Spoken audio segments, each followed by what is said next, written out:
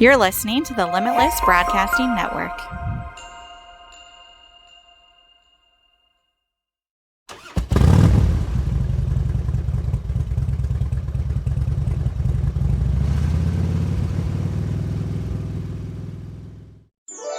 All it takes is faith and trust. Oh, and something I forgot. Dust. Just a little bit of pixie dust. I solemnly swear that I am up to no good. You're a wizard, Harry. Turn to page 394. Of course it's happening inside your head, Harry. Why should that mean that it's not real?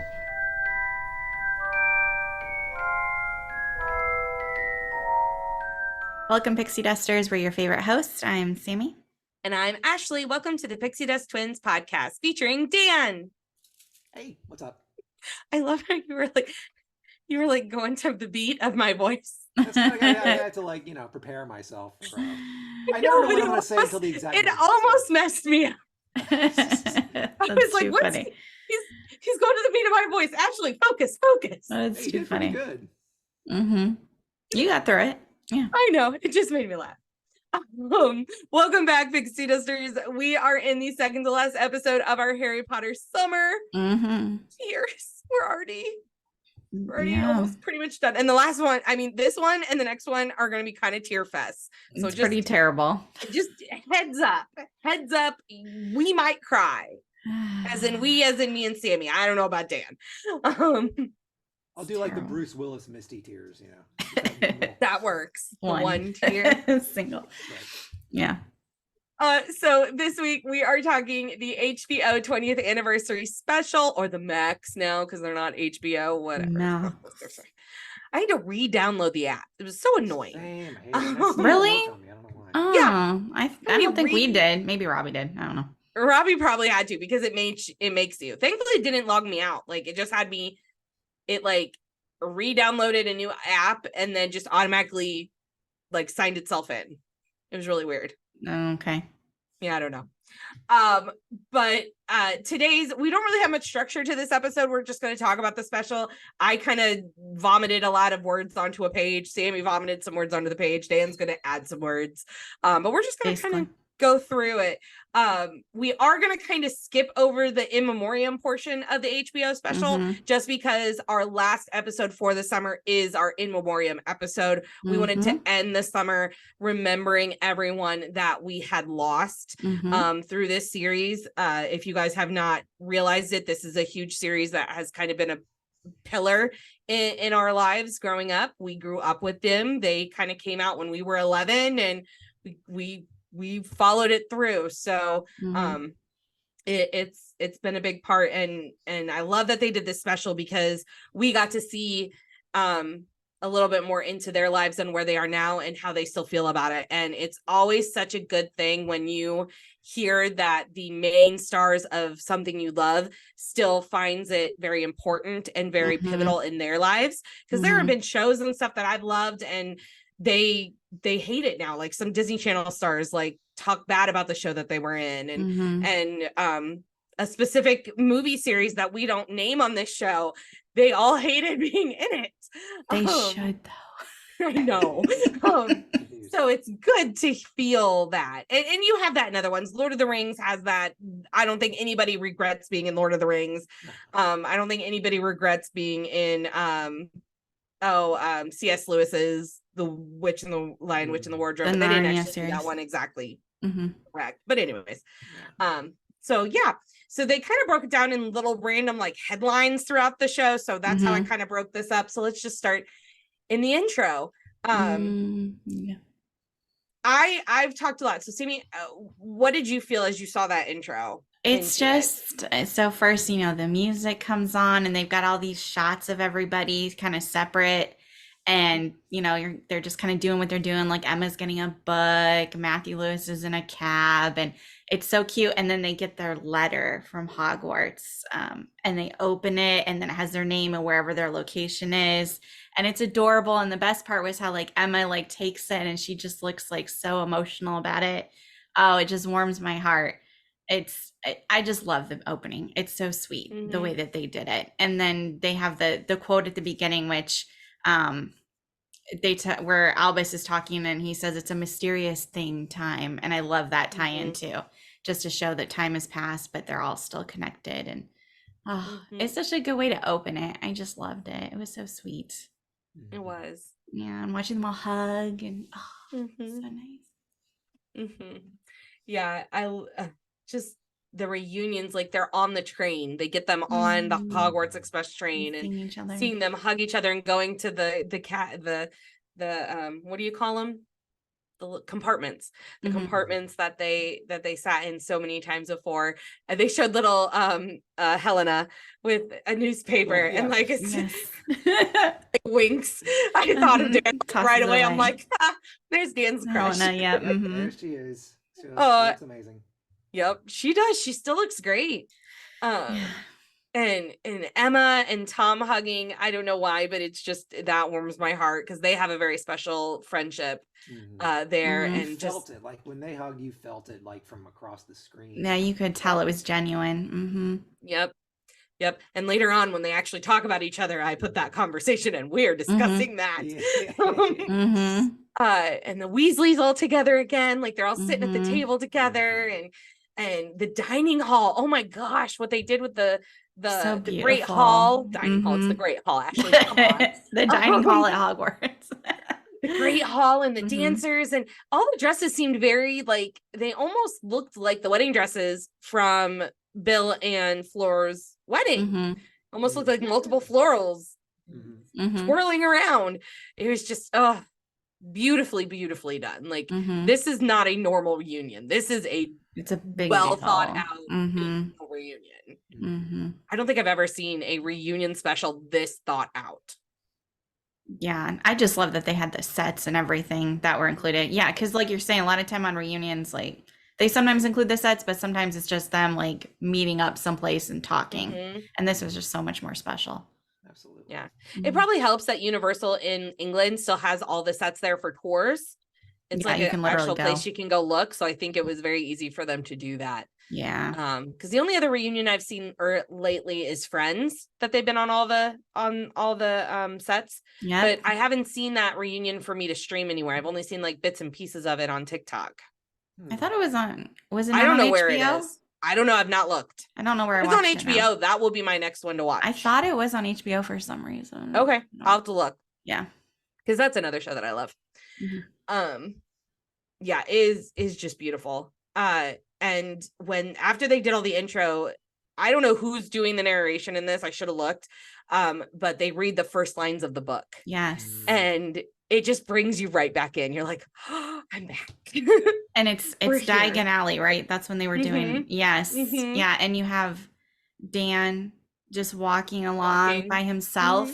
Because, the whole time you're like, you see everybody else, you don't see him yet. You're like, where's Dan? Where's he at? Yeah. And just like, where's he at? And I just love his intro was alone because he was the key to the series, All three of them were immensely important, but he is Harry Potter. So, yeah, I loved his intro too. And can I say this is the only time I will look at Dan and Dan, what's his last name? Radcliffe, because we have a Dan sitting in here. It's the only time I will look at Radcliffe and be like, oh my gosh, you look good. I don't know what was happening with him. He had his hair done in the beard and he looked good in this. And I've never found him attractive. Like as soon as I saw him, I was like, what a jawline. I know. What a jawline. You were blessed, my man. I know, and you don't really notice that in anything else he does. Like they did a really good job with whatever costume makeup person did his stuff. Yeah. Let's see here. Oh, sorry. I was like looking at what did I write? So I love that Emma started out and she was just talking, and to hear kind of where Emma came from with the books, and she was such a fan of the books. I didn't realize how much she was a fan of the books before she became Hermione. Like her parents, when she would read it to her, would actually do different voices for when they were reading, and there was just a lot of different things that were very special to her before she started. But to see the footage of them, just see the footage of children and teens sitting at bookstores and waiting for books and that. all of the, I'm like, I remember that. I remember being It was at those. always all over the news. And yes. It's just like, oh, I miss those days of where you would pack at a bookstore for a book. We have not had that in years. Even before COVID, there has not been book series like that for so long. Harry Potter truly was special with that. Yeah. Before I get in with Tom and Emma, anything you guys want to add about the other stuff, add to the intro stuff? Pretty much just everything you said. I mean, it's really the little things that make it, you know, special for me. Like Emma's moment right before she enters, like she just takes that one breath, like, you know, here we go, that real close up on her face. And then when they walk in and like you see the dancers do that little throwback to like the whatever it was, the French house or whatever. I was like, oh yeah, okay. You know, just little things like that. You know, it really, you know, that's what kind of put me back in that place. I agree. Yeah. And I love that, like, it gave us a lot of this special gives us a lot of like behind the scenes stuff, but there's certain stuff that I never heard of until we actually got the stories from them. It's not stuff that you read in IMDb or any place else. It's stories that they're giving us as they're doing it, like the boom mic. So apparently, so funny. Never heard the story until I saw this special. Apparently, Tom was standing there and this little girl next to him was like, what's that? Like, they're asking what that was. And he's like, it's a boom mic. What? Are you dumb? Sort of deal. Like, he's so annoyed. It's so funny. The way he says it, that's special, or he's just like, duh. And it was Emma Watson. I find out it was Emma Watson. Yeah. That he had that interaction with. And their relationship apparently just grew from there. For him, a brother relationship. For her, more of, for a while, a romantic interest. And then I don't know what it is now. Like, when they talk about it later, I know it's further down, but I'm just like, you two talk like there's a chance. You know, I mean, I don't want to get in on someone else's personal life, but it's like, why are you not married? You know, I'm just saying. For real. I would be okay with my fake husband marrying Emma Watson. My fake husband. Oh goodness. I will say seeing the screen test of those three again is just so cute and fun to see, because it's lines that we don't hear. Like, they changed those lines up in the actual movie, but to see them interact together for the first time, it really was like, just like Emma says in the special, there was a click. They felt a click. And when you're watching it, you feel the click. Yeah. It just works. Yeah. But just them being back together was so cool to see them in the three seats, and I'm just like, we just have you guys, like, I want them in the Max TV show. I want them there. I want Dan playing Snape. I want Rupert playing Arthur. Dan could so play Snape, and you know it. You think so? No. Oh yeah. He does have some range. He has range, but like Alan Rickman dark? Well, no. Nobody is going to be. Okay, no one's going to be as good as. No one's going to be as good as Rickman. Nobody will replace Rickman, unfortunately. I can't picture myself hating Daniel Radcliffe in a role. That's like, I can't play him. I can't imagine playing somebody I have to hate. But he looked the part. Okay, did you see him? There was pictures of him when he was in, was it Frankenstein? Oh, yes, it was the Frankenstein movie. It was Frankenstein with the hair. He looks like Snape. He does kind of look like Snape in that. I don't know if he could do acting. So maybe just him play James. But like, I feel like they should play people. Yeah, I mean, they could do cameos like that. You know, like James, Arthur. Yeah, for sure. Who could Hermione be? Or who could Emma be? I don't know. What's the divination. Trelawney. I don't know if she Oh, could go that's there. hilarious. I don't know if Emma could go Trelawney. She's a pretty serious person. Mm-hmm. Maybe. Yeah. I don't know on that one. Mm, Maybe ponder. McGonagall if she was older. Yeah, but she's not old enough to be McGonagall. Yeah, she's. Oh, I know. I'm just saying if she was older. Mm-hmm. Yeah. I don't know. I think it'd be cute for them to actually, randomly show up. Because it's kind of funny because like they would have to make her up somewhat, but if they did McGonagall that's like more book accurate, I think Emma could actually pull it off because she's definitely too young to play her as she is now. Mm-hmm. But like what's her name, Maggie Smith. In a lot of ways was somewhat older than as described in the book. So like if they can meet her somewhere right in the middle, like with That's a fair point. whatever, I could True. see Emma actually doing Okay. McGonagall. I could see. Yeah, That's I can kinda understand that. Okay. Yeah. Yeah. But when they were talking about each other, I love the line. She like was very intense. Rupert was Ron. Mm-hmm. Rupert is Ron. Like, Everybody said that over and over again. Oh yeah. Rupert is Ron. End of story. Mm-hmm. oh, yeah. Well, and all of them, like they each were saying, like Emma was Hermione. Mm-hmm. Rupert was Ron.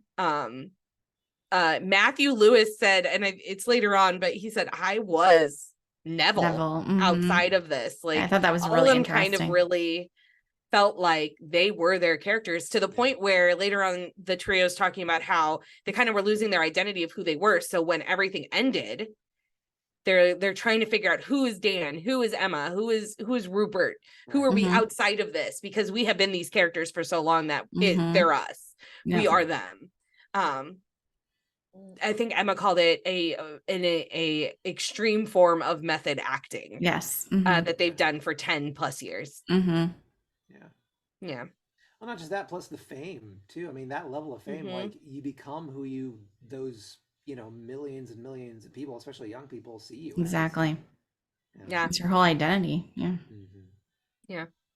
Did you know Emma almost quit in Order of the Phoenix? I knew she almost quit. I know where. Mhm. Yeah, it was Order of the she Phoenix. did. She almost didn't come back for the 5th one Yeah. because of the level of fame and everything going on. Yeah, it's a lot to deal with at that age. Mhm. Any age, but especially Yeah. that age.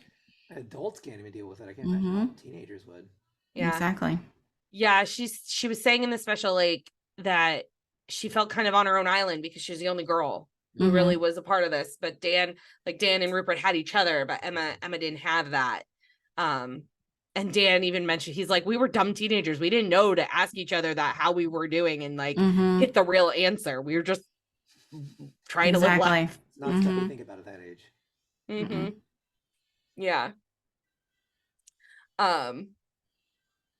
Let's see here. They moved into after that, like the first year at Hogwarts, and Chris comes in. It's kind of cool to kind of see Chris because you don't really get to see directors very much when you're seeing the media. So Chris seems like just a fun person. Like I understand now why they had so much fun on the first 2 movies because he's just like a fun little kid who played Mhm. with them. Mhm.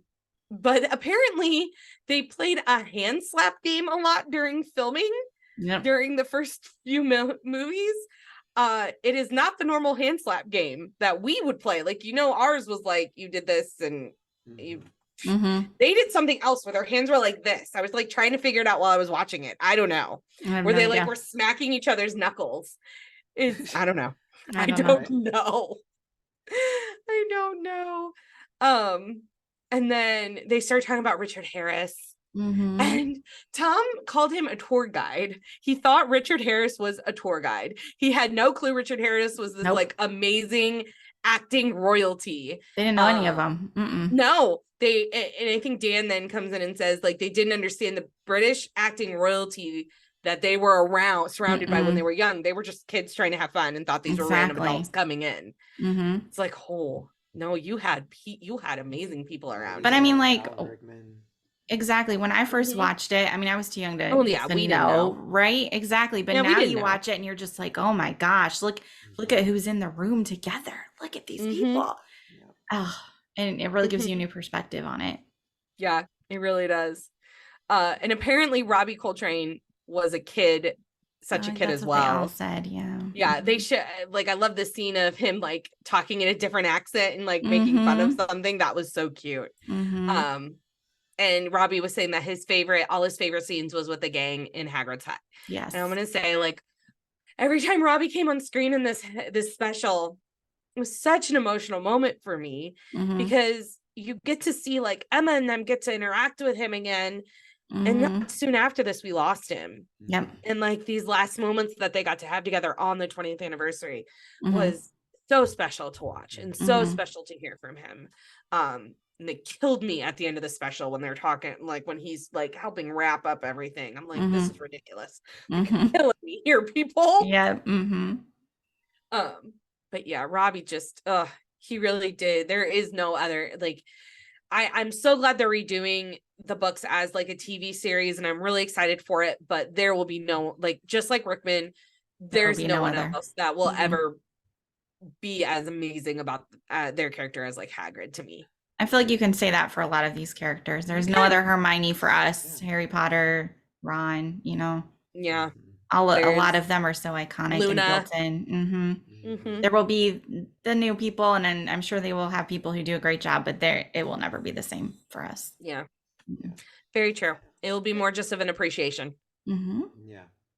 And then it'll be different for the next generation too. Because I mean, you'll have kids who are that age now, and that's going to be their Harry, Hermione, and Ron. Yes. It's great that these stories can be passed on in that way, even if it's not with the same actors. You know, exactly. Characters are that special. Yeah. You know what I feel like, and it's gonna make me feel. I mean, we already feel old, but this is gonna make us feel really old.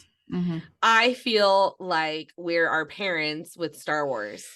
We got the originals of Harry Potter, and then our next generation that technically would be our kids, right? If we had kids, is getting the next generation of Harry Potter. Yeah, I definitely see where you're going with that, because I was thinking the same thing, because you know, Daniel, Emma, and Rupert have been so married to those roles, like Carrie, Harrison, and Mark. You know, it's I mean, they have had actors replace some of them so far, but it's hard to see that happening. You know, they've been so married to those roles for so long. So. Yeah. That trio is our parents' Star Wars trio. Yeah. Well said. Oh. Let's see here. Oh, and then they move into, so after they kind of talk about the first year of Hogwarts, they move into the Burrow, and you get to see Arthur, what's his actual name? Mark. I think it's Mark Williams. Mark. You get to see Mark in there with the twins and Rupert and Bonnie. And I love something that he says. He says the Burrow was something, and I never noticed this, and I'm going to pay attention now, but the Burrow is something that has changed and contracted and just expanded and contracted throughout the years, because he was talking like the second movie, we have this huge fireplace, and then in the next movie, the fireplace is gone. It's like, it does continuously change and very, very magical. And I'm like, oh, I never noticed that. Yeah, it does kind of change and contract and expand when you do expand. So I thought that was really cool. And then I loved how Rupert and the twins were talking about each other. Like the twins would mess with Rupert. Oh my gosh. It's like, you don't know the dance steps? We've been learning these dance steps forever. How do you not already know this? Exactly. It was so funny. Poor Rupert. Oh. And I guess Maggie was actually like, yes, we see the scene of them teaching them how to dance in the scene, but she continued to teach them how to dance. Like it was actually, she was part of them learning in real life. It's like, I didn't know. It's so fun. Maggie. Yeah. And they just, the twins without their red hair. I know. It does throw me off a little bit. I'm just like, it does. Oh, okay. You look different. Yeah. But the brown hair looks good on them. No, it looks good. I mean, they look good. I think they look good. Yeah. Let's see here. Anything you guys want to add about the Weasleys before we go into the Malfoys? I mean, the twins, like everybody else, they really are their characters. Truly. I mean, just seeing the interviews, it's like, yep, you are Fred and George forever. Absolutely. Yeah. I feel bad for some of the characters who really didn't get to explore their character, like Bonnie. I feel like she didn't really get to explore who really Jenny is. Seamus,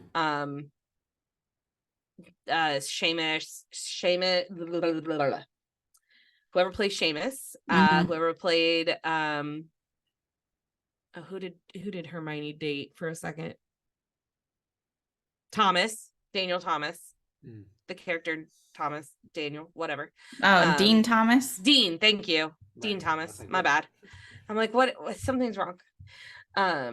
Like those characters, they didn't get to really explore them as much. And then poor Draco and Tom, he's nothing like his character.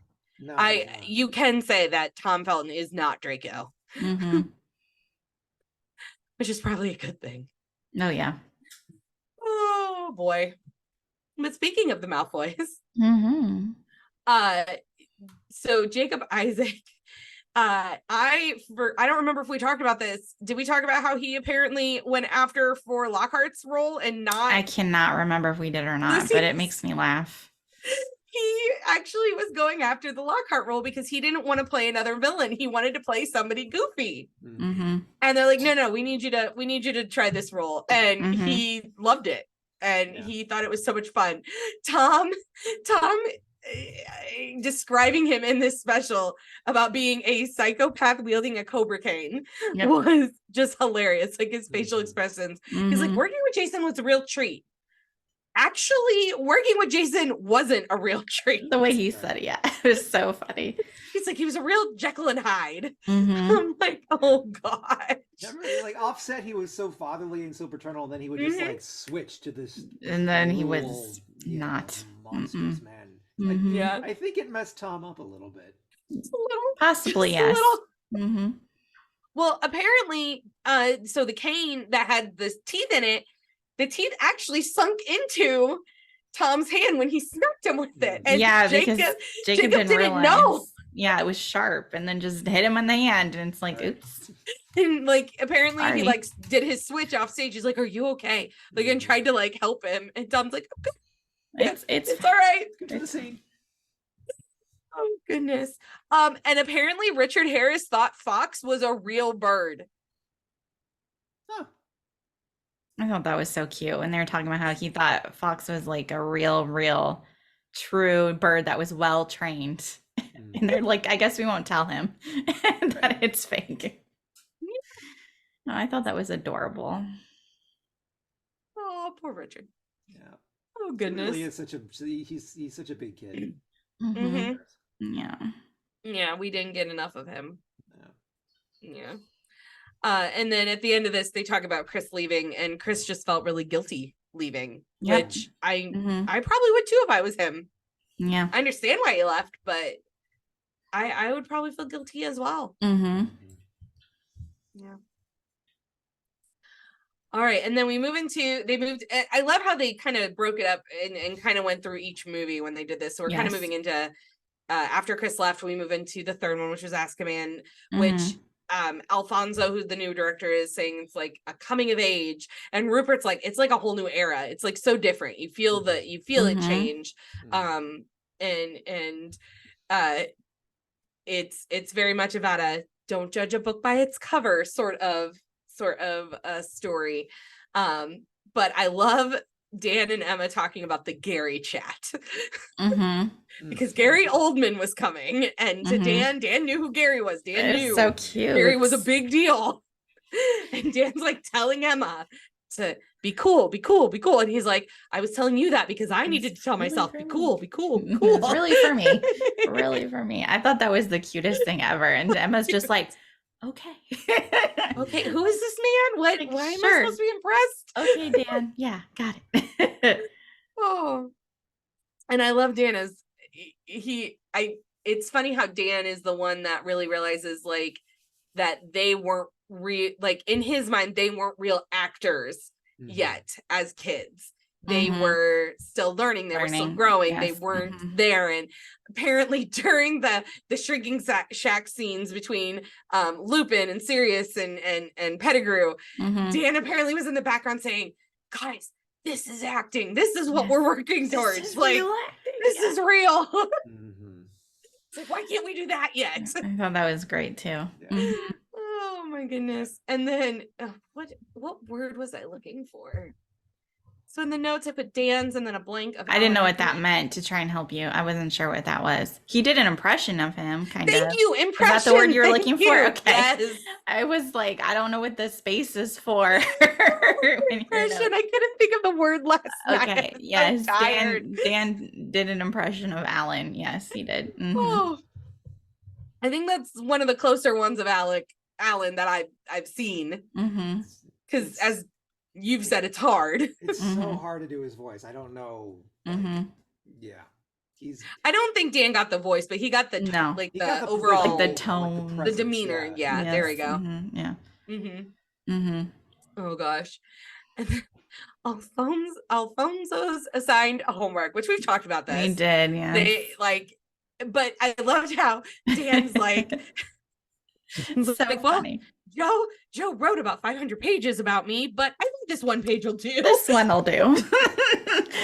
Oh, it's Dan. adorable. I just love Dan, you little have Dan. the most complex character in the whole of the series, and you do one page. hmm And meanwhile, we got Hermione, Emma over here with like 12, 16 pages, whatever it was. Mm-hmm. Yeah. And then Rupert. And he was very, very lucky that Alfonso agreed that Ron would Ron wouldn't never have. done the assignment. Ron would not have done it. It's true. Not have. hmm Not at all. Oh, On board with that. Yes. hmm I mean, I realized this watching the very first one when he introduces himself to Hermione with his mouth full of candy. Mhm. Like that's Yes. the moment he became Ron Weasley. Yes. That is the most Ron Weasley thing you can do at that age. Ron Weasley, Charm. you have a bit of dirt there on your nose. Did you know? Oh, what an intro. Oh goodness, and I love her What an thing. intro. Charmed. Mhm. The way she stares So at him sassy. too. It's so So funny. sassy. The way she looks at him. Like, okay. Oh. It's hilarious. Like I don't think they actually really became their characters until all three of them were on set together. Probably true. probably not. Yeah. Mhm. Yeah. I could see that. Yeah.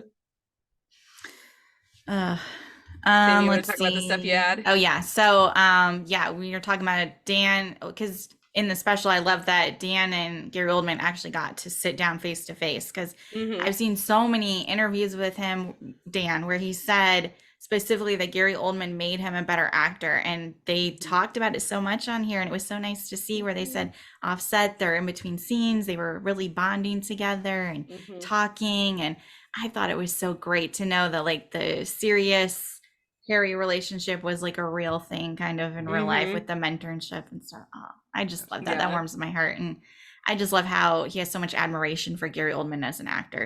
It's so Mhm. great to see.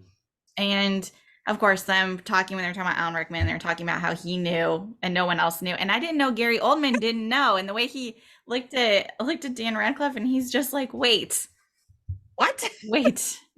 Rickman knew? And he's like, yeah, he called Joe up and was just like, I'm going to need some more information about this. And they're basically like, what a Rickman thing to do. Of course he knew. And then wouldn't tell anybody. And then I think that's when he was doing his impression of him, how like Chris Columbus gave him a direction and Alan Rickman was just like, no, and you'll find out later why we're not going to do it this way. Oh, it just cracked me up. I just love those little Oh, tidbits. gosh. Yeah, Gary was like that little. He called him something. I can't I remember what he can't called remember him. now either. Yeah, I but feel like it was inappropriate, but I can't remember what it was. But I just figured everybody knew that story, and the way he was like so offended, he's like, hold on a second. He knew, and he's probably extra mad because he didn't know his character died until he read the book. So, Yeah. and here's Alan Rickman with like a key piece of the story at the very, very end for a book that hadn't even been written yet. Mm-hmm. Yeah. Oh gosh. Well, and at that point, oh, sorry. Oh, it's been a long day for me. I had to be in a parade be at a parade for 4 hours. Mhm. At that point, when she told Rickman what's happening, it's like, well, if something happens and she needs to change the storyline, she can't because it's how he's playing the character. It's a Mhm. good thing she was so well planned out. Yeah, on she how to write knew. these books, because a lot of authors don't plan that far out, and they get to a point and they might need to change up what they thought they were going to do. So I'm really glad she didn't have to change it up, or there would have been an issue. Yep. Yeah. Oh goodness. Um anything else about like the third movie information that they gave us? I don't have anything. Okay. Pretty much spot on. Okay. I love when they start talking about Goblet of Fire, because I love that Dan and Emma were giving each other texting and dating advice during this movie because they didn't know what to say. Apparently he's like, she used so many emojis. What does this mean? And like they So ask cute. each other. It's so fun. Mhm. And the new director, I really never heard of the director that took over Goblet of Fire. But he was a firecracker. Like just watching him on scene, he was lots and lots of energy. I mean, they talk again about the fight that we talked about on Goblet of Fire with the twins and what they did with that, which was hilarious.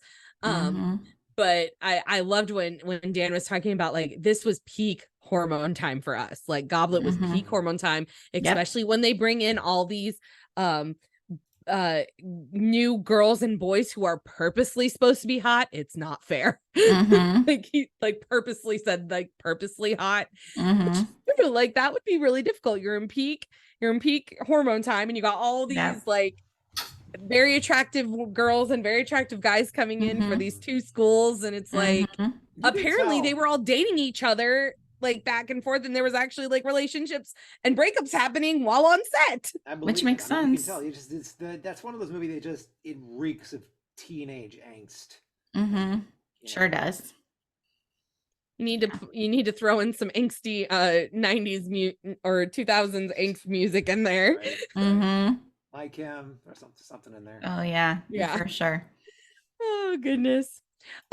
So Rupert's dance with Maggie Smith was his first dance ever with a woman of the opposite, or of someone of the opposite sex. Maggie Smith was his actual first dance. How cool is that to say for him to have this legend as his very first dance?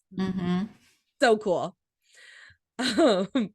And then I love how Dan, because we already talked about the twins, I love how Dan said that everyone looked so great at the Yule Ball except for me and Ron, who felt like Austin Powers mates. I had to like rewind it and listen to him again. I'm like, did I hear that right? Yes. Oh my gosh. But apparently Rupert loved the thing. Yeah, and he was digging the fluffy. Yeah. He's like, I'm the only one who could pull that off. Okay. A very Rupert / Ron thing to say. Yeah. Did you know Rupert's a father? Yeah. He has kids. At least one kid. Know that. I don't know how many kids he has. Kid. Yeah. He has at least a kid. Well, he's in his mid-30s like the rest of us. It's reasonable. Have kids. Yeah, I know. But Emma definitely doesn't. And I don't think Dan and his girlfriend do. I don't think they do either. I think they're about to be parents, though. Are they? If they're not parents, why do I feel like that's they a thing weren't during this time? Daniel Radcliffe. Dan Radcliffe parents? I don't want his parents. Oh, he does have a child. Okay. Yes, on April 25th. Aww. Of this year? I believe. Yes, of this year. He's a new father. He's a new father this year. I was going to say, I thought I had just seen like a news thing about that. So him and Aaron have been together since 2012. It's a long time. Yeah. Wow. Aw, Daniel has a child. Is it a boy or girl? It's a boy. Yep. Aw. Did he name him Harry? Oh, I would assume. Probably got very far away from anything related to Harry Potter names. He does talk about it in the special about he wants to be able to watch and experience Harry Potter for his with his kids. With his kids. So there you go. So he's on his way. That's going to be really cool. Like someday to hear him in an interview talking about like the first time he watches Harry Potter with his son. Exactly. Yeah. I like that thought. Let's see here. Oh, just okay. And this is where we get the Emma Tom drama. Well, Well, I think I think everyone who loves Tom and who loves Emma wishes they would just be in a relationship. Mhm. And it just, they talk about it. Emma and I have always loved each other. Emma's like, I just fell in love with him. She fell in love with him because an assignment, I love this. The assignment was to draw what you think God looks like. And he drew a girl with a backwards cap and a skateboard. And that's when she fell in love with him. Mhm. I mean, Yep. that was just, it's also cute. Why couldn't it happen? Why didn't it happen? See, it's interesting because during the interviews, you notice the particular wordage. They said nothing. I forget exactly. Nothing romantic ever happened. Nothing romantic ever happened. Nothing romantic was Happened. ever felt. Mhm. But Happened. didn't Never happen. ever happened. Mhm. So it's like, and then the way Emma's like, I care very deeply for him, and that's all I'm gonna say. It's like, Yep. We know. again, I don't want to mess with other people's personal lives, but it's like, that's a tease. That's a bit of a tease. It's such a tease. We all know. It is. Because honestly, Tom hasn't had a relationship in a very long time. I have followed him for a long time. Once him and his girlfriend Jade broke up, there's maybe been one other girl, I think, maybe two that have publicly been shown. I don't know if there's anybody behind the scenes. But Emma has been gone from guy to guy to guy, and I'm like, are you going from guy to guy to guy because you haven't gotten over your first love? Maybe. It's possible. I mean, maybe. It's a question I want to ask her. I just want to sit down and have some coffee. No, her have coffee, not me, because I can't have that anymore. I'll have tea. We'll get tea together. Be like, Emma, have we continuously jumped from guy to guy because you haven't gotten over your first love? Because if that's the case, he's right there. Just go over. I'm just saying. I get you. Yeah. And then yeah, I did. I put Helen. I meant Helena. Dear Lord, Ashley Krieger. I didn't mean to say that. Oh well. Helena and Dan. We're moving on to Order of the Phoenix. Helena and Dan's relationship is adorable. It is. Really is. Absolutely adorable. Apparently, Dan was her coaster and always carrying her coffee, which he had a crush on her. Why not? That's so yeah, cute. That's definitely a thing a 15-year-old with a crush would do. Yeah. Oh, it's adorable. It's just it's just so cute. Dan, why don't you? What was the thing that Dan says in the note that he gave to Helena? Where was like something about like I forget exactly what it was, but it was basically like if I was 10 years older or something. You know, he shot his shot with her basically. I think it's like if I was 10 years older, then I would have a chance or something like that. Yeah. Like, I really loved working with you. You're so awesome. Like he pretty much confesses his crush with her. And she just kept it, and I love that. And it's in her toilet. That's what she in said. Her toilet room. That's what she said. It's in my toilet. Hanging in her toilet room. That's oddly poetic. I just love her so much. I know they describe her so much during this portion of the like Bellatrix and how she plays her, and it was just fun to hear them describe her like in so many different terms. I love Jason where he's like, she was a wild thing that you just couldn't contain, and half the time he's like, and I'm trying to contain her so we can keep the scenes going. He's like, half the time I wanted to look at her and say, shut up. Well, Lucius would have, so he probably could have gotten away with it. Probably. She seems like she'd just be so much fun to work with that setting, like to co-star, to co-villain with her. Like that's what I would do. I would definitely be like, I would love to co-villain with her. Yeah, because I would not want to be on the other end of that. I would want to work with her, not against absolutely. her. No, she's frightening when she wants to be. I will be her assistant. Absolutely. Oh goodness, I love her so much. Yeah. Oh my gosh. She is an amazing villain. And she's just amazing in general. I love that bit with her and Gary Oldman too when they're sitting together and she's like, I killed you, didn't I? And he's like, yeah, you did. She's like, sorry. Had to be done. And it was just like, okay, there we go. Very Helena thing to say. Yep, there we go, Helena. All right. Had to be done. I'm sorry. So you're not really sorry. Okay. We've gathered that. Oh my goodness. Yeah, well, and then they talk about her. I think it's a little bit further down when I put it, but we're just gonna skip to it. When we go into the next movie, which is Half-Blood Prince, when they actually she was the only one out of this whole series that got to like point her wand and actually something explodes and something happens. They don't do just they wait. They do an actual thing.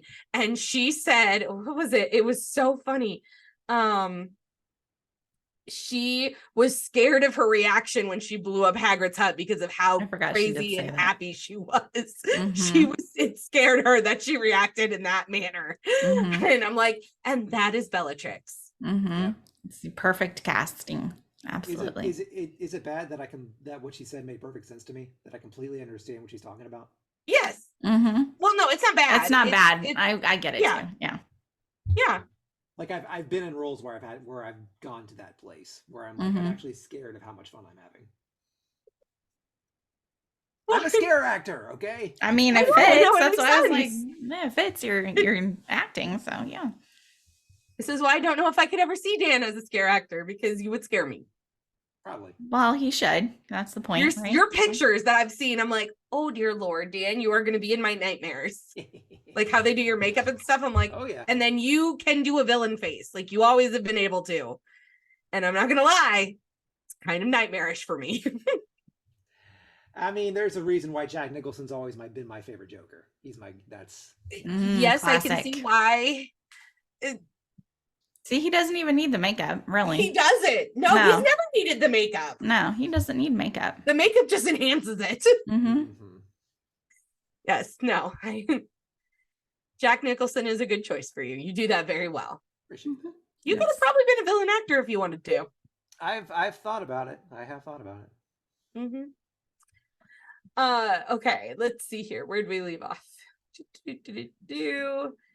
The growing up section, there really wasn't much. I mentioned Emma almost left during that time. Yeah, we kind of already talked about that. Yeah, we already talked about that.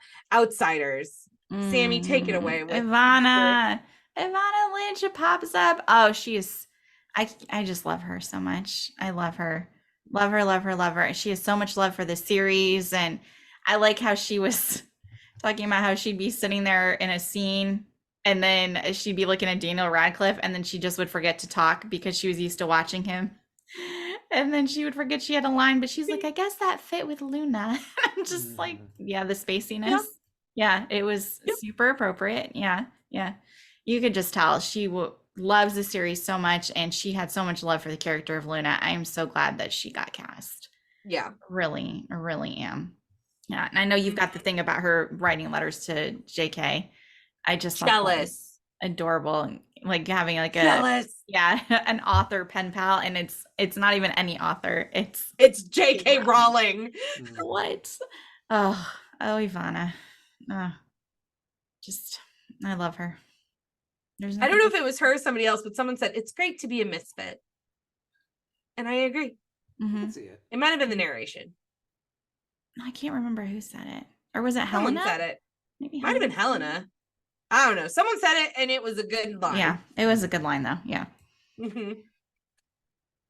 Yeah, Ivana was great, and I love that part too when she was talking about like spacing out. I'm like, honestly, if I was you, I probably would have spaced out too. Like, oh wait, it's my turn. Dan Radcliffe's in front of me. I'm not just watching the TV screen. Like, this is a real person standing in front of me right now. Exactly. Oops. Sorry. Oh my goodness. So the funny part, the Harry met Jenny part was very, very short with the Harry and Jenny. Yeah, they rarely talked about that. They didn't really talk about it very much. No.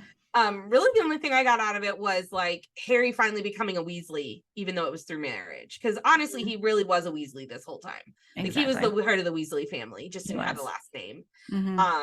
But Emma was talking about how she has this fond respect for all the main girls, like Kate, who played Cho, and Ivana and Bonnie, who apparently have all become activists. I have not followed them, so I don't know what they're activists for, but apparently that's a big thing with them. And then we go back to Helena. Yep. Right. Apparently she stole a bunch of stuff off set. I could see that. That seems about right. Yeah. And Dan stole nothing. He's like, or not Dan. Who is she talking to? I wasn't she talking to Draco. Tom? She was talking to Tom. Yeah, I She's think talking he to said he Tom. wanted to take He something, wanted but his he was wand. afraid to. Yeah. Wasn't that when she told him, the wand doesn't work, right? Yes. Yes, that's where I was going with it. Yeah. The wand doesn't work. You know that, right? It's so funny. Even though she would use the wand on To her scare children's her. friends Yeah, to scare exactly. them, Mm-hmm. or just look at them the wrong way. But Mm-hmm. I don't think Hilarious. she needed to be Bellatrix to do that. She's had some pretty scary characters throughout her life before Harry Potter. Oh, Yeah. Yeah. Mm-hmm. Yeah. I'm always And going then to they- see her as Mrs. Lovett from Sweeney Todd. I still have Yeah. not watched Sweeney Todd. Oh yeah. You know, She's people nice. get like I murdered need in that, to. right? I know. It's a musical, but people die I know. That's brutally. why I haven't watched it yet. Yeah. It can't be as brutal as some of the shows I've watched lately. But it's got Johnny Depp in it and I know. Mr. That's Alan why Rickman. that's why I need to watch it. I just haven't done it yet. Yeah. It's probably the darkest one Tim Burton ever did. That's pretty dark. He's done some dark things. That's saying a lot, yeah, for sure. But in my opinion, like, because I've seen pretty much everything from him. Mm-hmm. Like, I didn't see Corpse Bride or Well, it's not dark, I wouldn't Yeah. say. was it Coraline? Is that the other one he did? Coraline's kind of messed up. Caroline's messed up. Yeah. I It's didn't based see off that a book, one. and that I don't book's care messed for up. I don't care for Coraline so much. I will not rewatch that one. Yeah, but I'm trying to think of like all the other stuff I like, of all the things I've seen from him. Like, yeah, Sweeney Todd gets pretty. It's pretty down there. Yeah, that's why I haven't watched it yet. It's on my I mean, it's list good, of though. I mean, haven't it's- watched my haven't watched Johnny list. Yeah, it's worth it, especially if you're a Depp/Burton fan, which you know Mhm. I've been for a very I long am. time. Mm-hmm. But it's if you're not into horror, you're gonna want to have to prepare. Yeah, I'm gonna have to watch it in the middle of the day Most definitely. when I can watch a Disney movie right after. Mhm. Oh, it's also got what's his name? Pettigrew, the guy who plays Pettigrew. He's in Oh, I it. forgot he was in that. Yes. Ah, Mhm. I don't forgot know he his was in name. it, right. Yeah, and I know who you're talking about. yeah. Nice. They did talk about my Draco a little bit. Mhm. And something that I think that is not as what's the word I'm looking for? Something that I don't think people talk about a lot or realize a lot is the depth and change that Draco goes through, because especially with how they were talking about it is you finally get the fact that Tom Felton was able to bring the struggle onto Half-Blood Prince that he was able to do Mhm. was a real big feat for him at that age, to really pull us into the struggle of doing the right thing versus what your family wants you to do, so they appreciate, so they can show some form of love even though it's not real love. Mhm. And he was like, their goal was as long as one person feels empathy for, or 1% of people that watch this feel empathy for Draco, we did our job. And I think they did a really good job of it. I mean, I'm biased. I already felt that for Draco throughout all the movies, but I really do think that Tom did a great job of bringing that complexity to Draco, because you feel like he should only be a 2-dimensional character through this whole thing. Mhm. And really, he goes through probably more changes in the 6th movie than Harry does, in Yeah. my opinion. Yeah. And Well, struggles than Jason Isaacs kind of says that about him. He said, he basically said that Draco was more of a hero type character because Harry will always do the right thing, Yes. but Draco may not always because of exactly his family and all of that. So I thought that was an interesting take on it too. Well, Yeah. Harry's always I was been pulling more all or that less- from Jason. Mhm. Yeah. Well, I mean, Harry, regardless of the change, was always more or less on the path to goodness. Like, there was Yeah. never any reason for him to flip-flop. Mhm. So seeing that 180 from Draco is definitely a lot more Mhm. impactful. Yeah. Yeah. And it makes me happy for Draco, because he does come out of his family issues after Mhm. all of this is said and done. Mhm. Yeah. Something worth fighting for, Sammy. First thing they're talking about is the epilogue, and it made me happy because they were like, "I'm glad we don't look like that," and I was like, "Nobody looks like that. We've done this." Right? Thank you. Nobody looks like that when they're parents. Oh, I was just like, yes, because as we said, they are, in fact, we have reached the age that they would be in the epilogue. And no, we can happily report nobody looks like those characters did in the epilogue. Rupert was wearing a fat suit. Yes, I mean, poor Rupert. He really got the worst end of that deal. Apparently, he wanted to jump into it. I mean, he didn't care. Yeah, I mean, he was all about it, but I just think they could have done a better job. Yeah. Anyway, but I love they're still like we're family. I love all of their tie-ins together, and when they were getting to like the last days of shooting, that was the worst thing ever to watch. When the tears started going on me. Yes. Yeah, because I did not realize that the last thing they actually filmed was when they were at Gringotts and they were escaping into the fireplace. And that was the last thing. And Emma's talking about how like they were really like almost a metaphor for them jumping into, you know, the next life after Harry Potter. And I was just like, this is getting worse and worse. And then they literally show a freaking shot of Dan like sitting there unconsolably crying. And I was like, this is awful. I don't want to watch this movie anymore. I can't do this. Oh, it was just so heart-wrenching to just see how sad they all were and hugging each other and bonding over the fact that it was really over now. And I can't imagine, because it really was a lifetime for them. They grew up with Harry Potter. They are so entwined to it. And I can't imagine what the feelings were saying goodbye to it. Oh, that was hard to watch.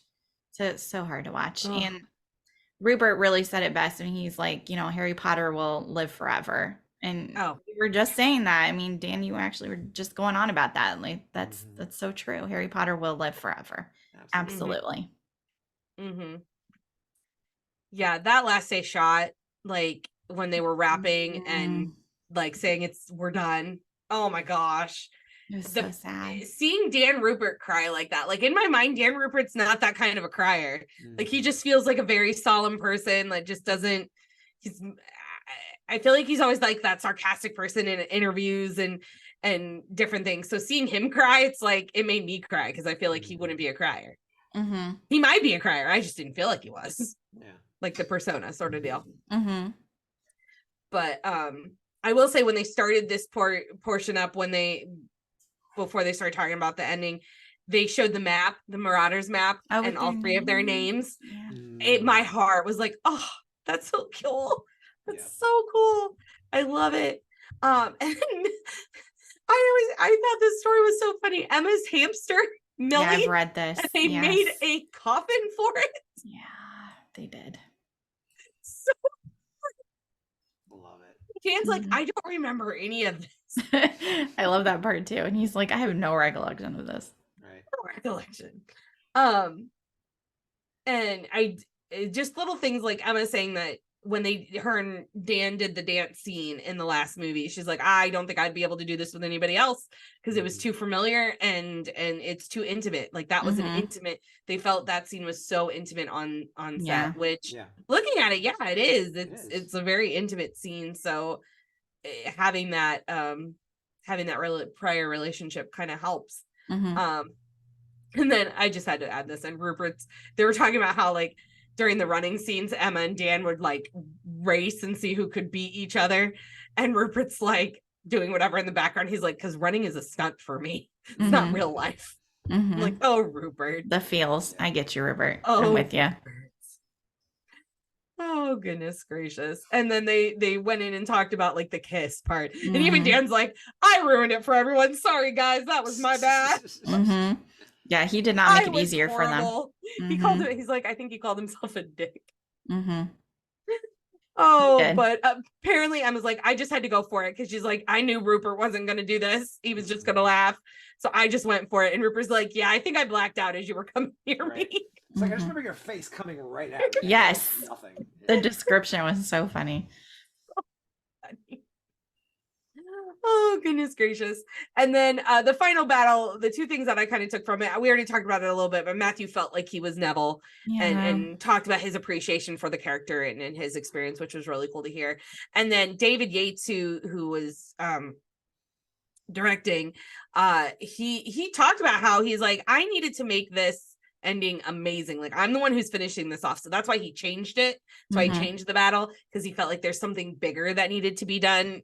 I don't agree with him, but you know, to each their own. I understand you wanted to go out with a splash. I got it. I get it. Those were the only two I really got from that section. And then they kind of go into a in memoriam, which we're going to do next week, and it's going to be all sorts of tears. And then they ended it how they ended it in like the new beginning, and them talking even more in depth about how they're pillars in each other's lives, and how they had to find themselves when everything was done, and not realizing the impact that this was until it was over. And Rupert, he says, "I love you" to Emma. He's like, "I love you," and then ... as a friend. And it was like, just to clarify. Yeah, just so we're clear. Don't make it weird. Just so we're clear, everybody, as a friend. Yeah. But I couldn't even put it in here, but as they're doing these pieces, they're also showing Robbie Coltrane talking. He's really the only other one other than the trio talking during this time. And he's talking about how Harry Potter, talking about how it's people are in generations are going to be watching it 50 years from now. People are going to be watching it. Yep. I put that quote in the in memoriam because I thought it was so important. Yeah.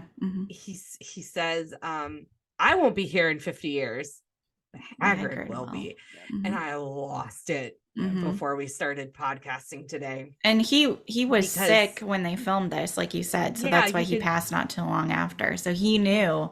And I saw an interview somewhere where I can't remember if it was one of the directors that said or David Heyman, but they were talking about like that was part of it when they were talking to him, because he knew, because he was so sick and he was already struggling, that's why he had so many of these thoughts about the ending and what it meant when he was no longer here. And I was like, so when I of course I read that, and then I watched this and I was like, great, okay, I can't do this.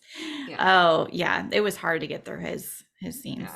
Well, and to put that in perspective, then him knowing he was sick, him knowing he wasn't doing well, and him being able to come back and see everyone and see Dan and see Emma, especially Emma, I feel like they had a very special relationship. And Rupert, that couldn't have been easy for them to like seeing Robbie, and they maybe knew too, like we're not going to get to see you much longer. Like that that's hard. That's hard. To think about. Ugh. Okay. Anybody else have anything they want to add before I start becoming a real blubbery mess? No. I think we everyone pretty much said what we're all thinking. Pretty much on the same page. Yeah. Well, Pixie Dusters, if you haven't watched the HBO special, we kind of ruined a lot of it for you, but I really encourage you to go back and watch it, because it shows a lot of behind the scenes, shows a lot of old film, things we have seen, things we haven't seen. You get to hear from them.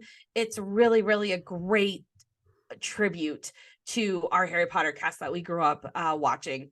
So definitely go. It's on Max. That's the only place that it is streaming right now. So hopefully you're able to find a way to see it. But next week we will be wrapping up our Harry Potter summer with a tribute to all of the actors that we have lost over the years so far with our Harry Potter family. It will be called In Memoriam. So we hope to hear from you or see you next week, or hear you next week, or you hear us next week, however that works. And have a great week. Bye, Pixie Dusters.